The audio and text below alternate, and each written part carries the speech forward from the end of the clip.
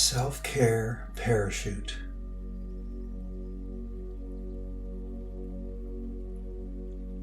Hello again, and thank you for joining me for another guided meditation.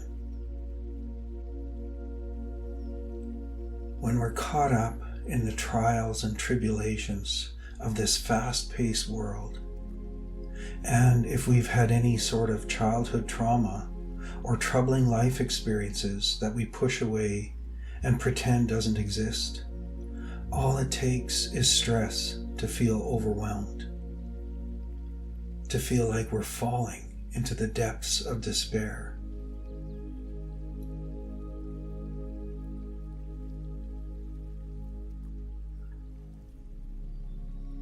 I've never tried skydiving, so I don't have first-hand experience with parachutes. I do know the feeling of falling, however, literally and figuratively. The idea of something supporting me, something that looks quite graceful and gentle when you watch them floating down to the earth, to me is a great metaphor. Mindfulness and meditation can have that same dynamic.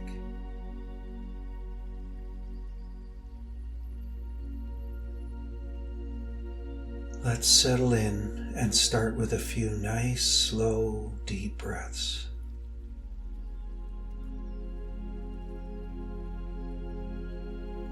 Close your eyes if that feels comfortable for you, or leave them open if you prefer.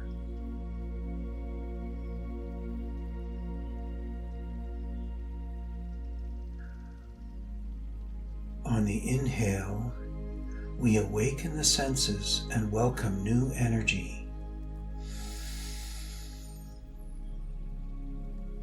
On the exhale, we settle and invite a sense of calm and ease.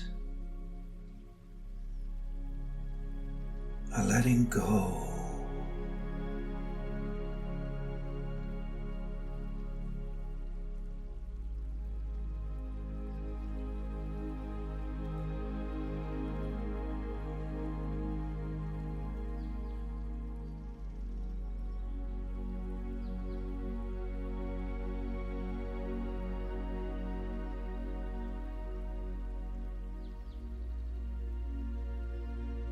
Many of us have a loose checklist of places in the body where we hold tension.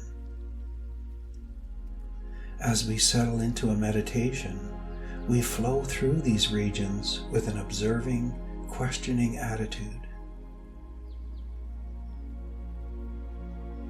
My tongue, without thinking about it, will press up against the roof of my mouth, not aggressively, but it's also not relaxed until I let go, and then it rests gently in the lower palate.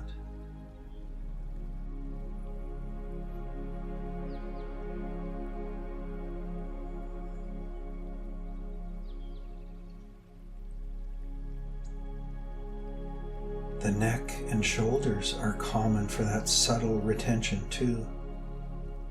When we check in there, especially with a nice long exhale, we can invite a sense of letting go and relaxation. As we do so, we may feel the whole body settling down into our seat just a little more.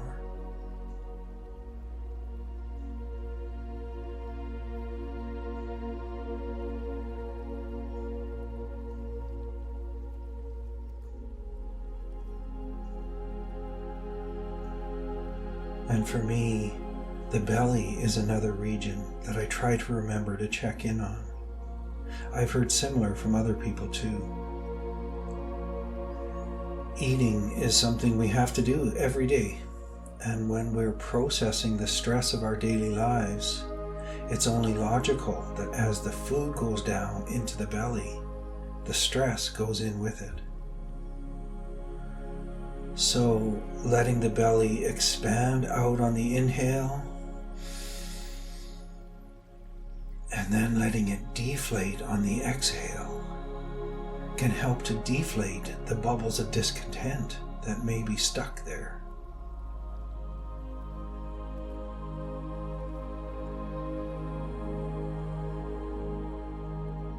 go ahead and check in with your usual suspects and see if you can invite a bit of relaxation and letting go. If any parts don't want to, that's okay too. We aren't going to force anything. We can trust the process of sitting and being kind to ourselves to be enough. Right here, right now. Nowhere to go, nothing to do.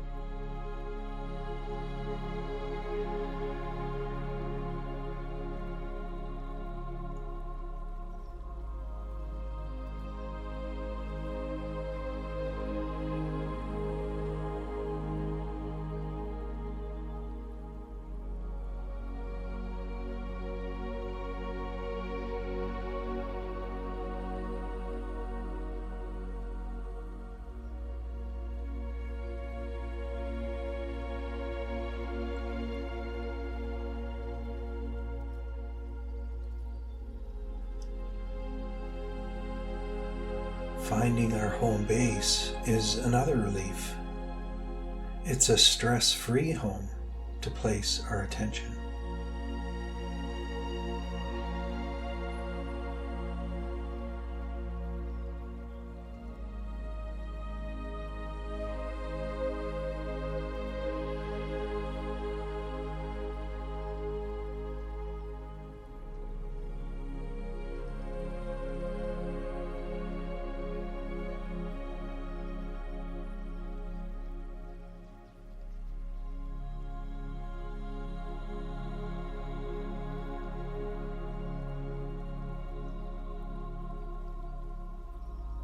You're doing great.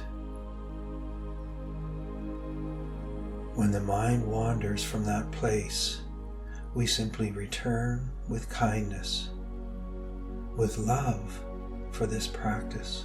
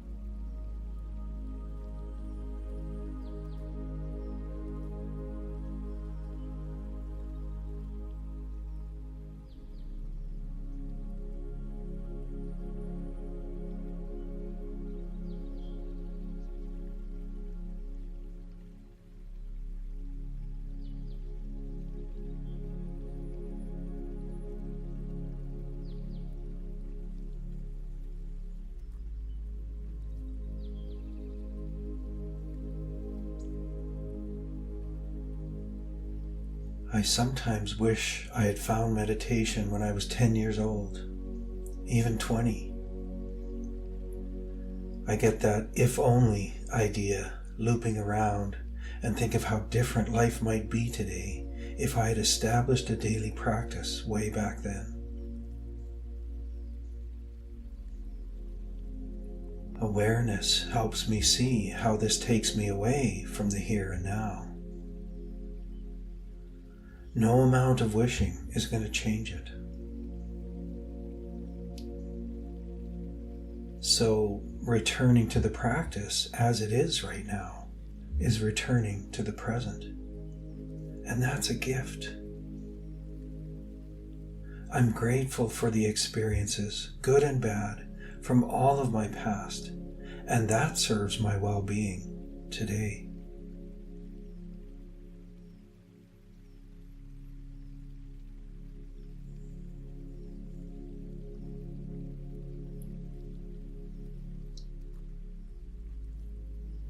This process is one of radical self-compassion and self-care. It can feel strange, foreign, and inauthentic, but that's only because it hasn't been practiced. Everything new feels clunky at first.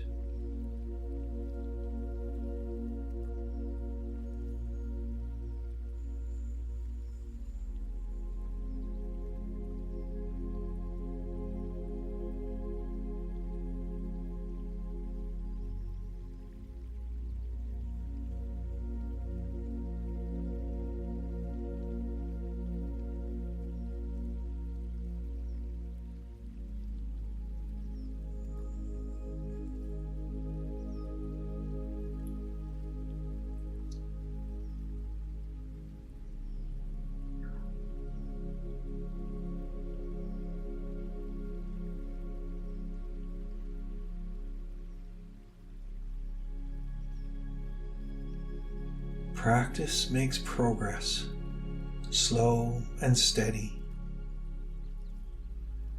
When we make the conscious decision to sit each day, we aren't using meditation to fix anything. It isn't a pill we can take on a whim of desperation. Meditation is being in it, sitting in it for the long game.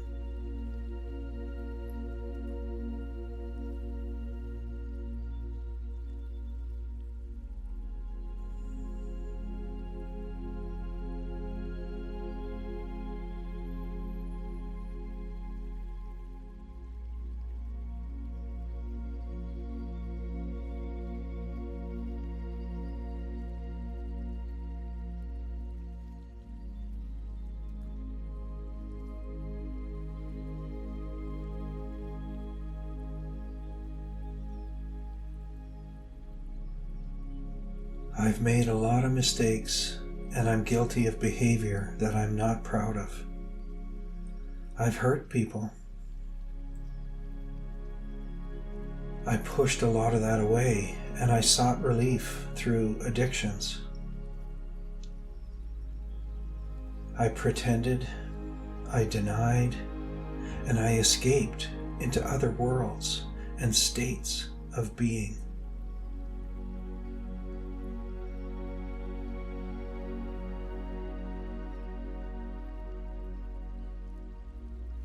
But as my practice grew, and as I repeated this pattern of self-care day after day, month after month, year after year, the parachute appeared. Slowly, the demons that I buried began to surface. Only now I had the resources and strength to meet them.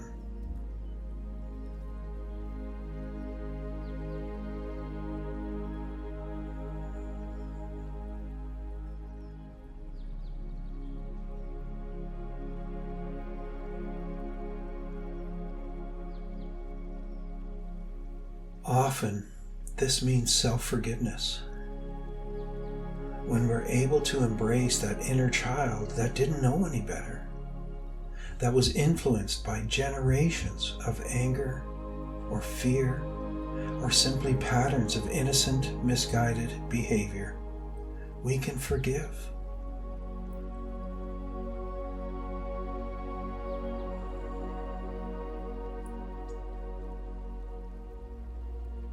Instead of these things pulling us under or having us crash land, the parachute of self-care lets us rest down gently.